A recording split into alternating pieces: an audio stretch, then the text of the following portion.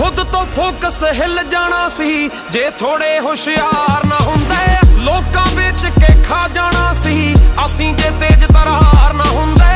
Mind तक ना signal जांदे जिंदगी कोलों अक्कण वाले। दिल साडे नूं जचण ना पाउंदे बेहिम्मते ते थक्कण वाले।